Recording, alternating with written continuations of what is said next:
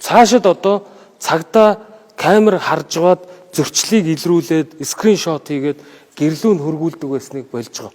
Өөрөөр хэлбэл одоо энэ та бидний хард дэлгэцэн дээр ингээд AI бүх машинуудыг ингээд таниад ямар төрлийн зөрчилтөө торгуулаа төлсөн төлөөгүйгээр нь хүртэл ингээд AI хянаад явах боломжтой байгаа. Тэгэхээр бид нар одоо хөдөлгөөний соёлыг нэвтрүүлэхийн тулд хүмүүсийг торхоосоо илүүтэй гаргасан зөрчилд нь 1 жилийн хугацаанд ингээд урьдчилт сануулж гэрт нь сануулга хөргүүлдэг байдлаар энэ AI програм хангамжийг ашиглая гэж байгаа. Харин 26 оны 1 сарын 1-ээс үл яг одоо AI шууд хэмэл оюухан тухайн торгуулийг аль бие усар одоо ноогдуулдаг, торгодог ийм зүйл рүү шилжнэ. Бид нар шилжилтийг бүтэн жилийн өмнөөс ингээд бэлтгэл ажил хангаж байгаа гэдэг. Замын асуудлууд ч гэсэн байгуу шиг. Замын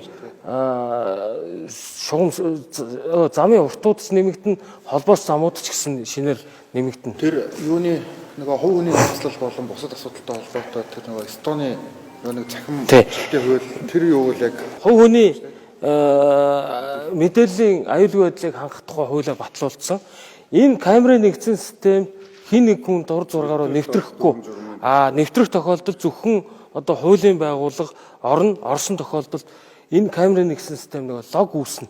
Хэрвээ хууль бусаар энэ төвийн ажилтнууд хин нэг хүний талаарх мэдээллийг авах зорилгоор орсон тохиолдолд лог үүсвэл тэр хүн эрх мэдлээ албан тушаалаа хэтрүүлсэн гэдгээр хариуцлага хүлээхээр ийм зохицуулт хийгдсэн.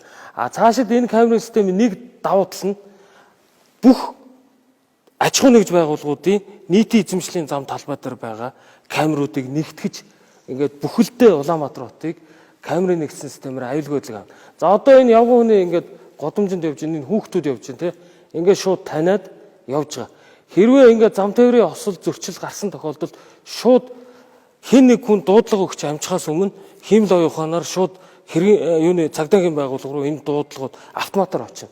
Дээр нь энэ юу руу ойн сан бүхий газар руу харсан нийтийн эзэмшлийн талбайд байгаа камерын нэгдсэн систем утаа суунаглаж байгаа тохиолдолд шууд юуны онцгой байдлын албар руу мэдээлэл хүргэнэ.